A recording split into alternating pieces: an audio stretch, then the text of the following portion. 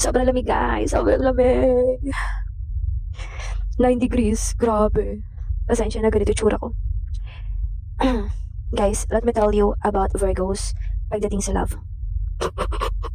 Sabihin na natin, sa love, yung Virgos, maingat sila.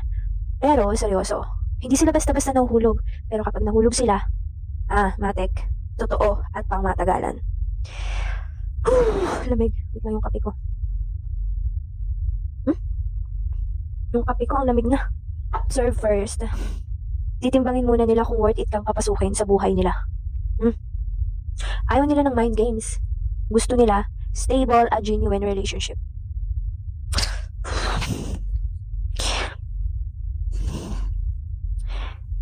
Wala silang pakialam sa itsura mo. Wala silang pakialam kung mahirap o mayaman ka. At wala din silang pake kung ano yung nakaraan mo. Kasi kapag mahal ka ng Virgo, mahal ka. Huwag ka nang magtanong kung bakit. Totoo sila magmahal. Pagdating naman sa act of love ni Virgo, ano sila? Actions over words. Hindi sila palaging sweet sa salita, pero ramdam mo sa action nila. And they help you improve. Virgo love is, I want you to be better.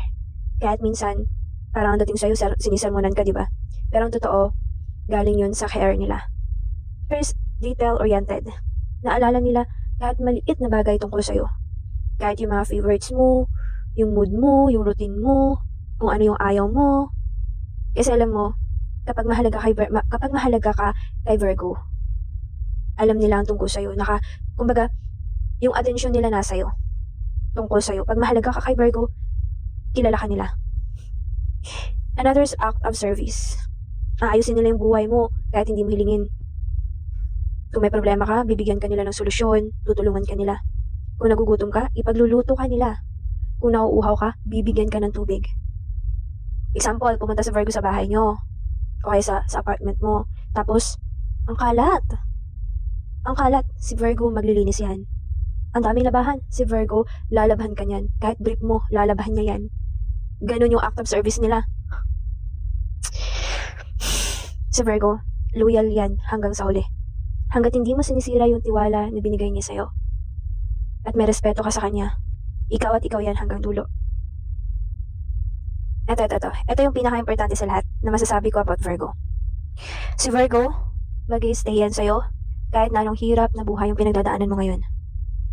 Kahit wala kang pera or ang dami mong problema, kahit hirap na hirap ka sa buhay, si Virgo, mag-i-stay sa'yo. Alam mo yung tinatawag na sa hirap at ginhawa, andyan pa rin si Virgo para sa'yo. Hindi kayo iwan. Kaya, kung yung girlfriend mo, boyfriend mo ngayon, Virgo, napakaswerte mo pagdating sa ganyan. Pero may pero. Huwag na huwag niyong sisirain yung tiwala na binigay ni Virgo sa inyo. Huwag na huwag talaga. Kasi kapag sinira niyo yan, mawawalan kayo ng Virgo. Sinasabi ko sa inyo. Ayaw ni Virgo na sinisira yung tiwala. Lahat naman ata ayaw. Pero si Virgo, pinaka-importante sa kanya yung tiwala. Tiwala. Si Virgo ay napaka-modi.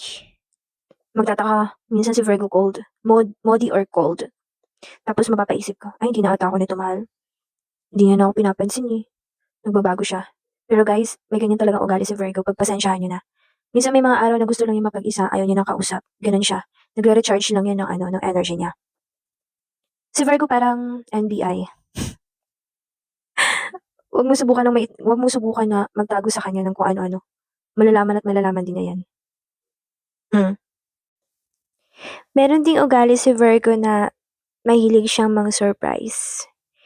It's like, gagawa siya ng cake, magbe-bake siya para sa'yo. Minsan, hindi mo na-expect, bibisitahin ka sa work. Yung parang ganon. Yung, as in, yung tipong masusurprise ka talaga. May mga ganyan siyang ugali. Pero ito, warning ko sa'yo. Huwag mong subukan ng Virgo. Tahimik lang sila magmahal. Pero, mas tahimik silang bumibitaw. Lalo na kapag nakagawa ka ng malaking kasalanan sa kanila. Virgo love is not for games. It's for people who are serious, held, at may respeto. Kaya kung ikaw na nanonood ngayon ay Virgo, please comment down below kung meron pa po akong hindi nabanggit tungkol kay Virgo. Bye-bye, Virgonians!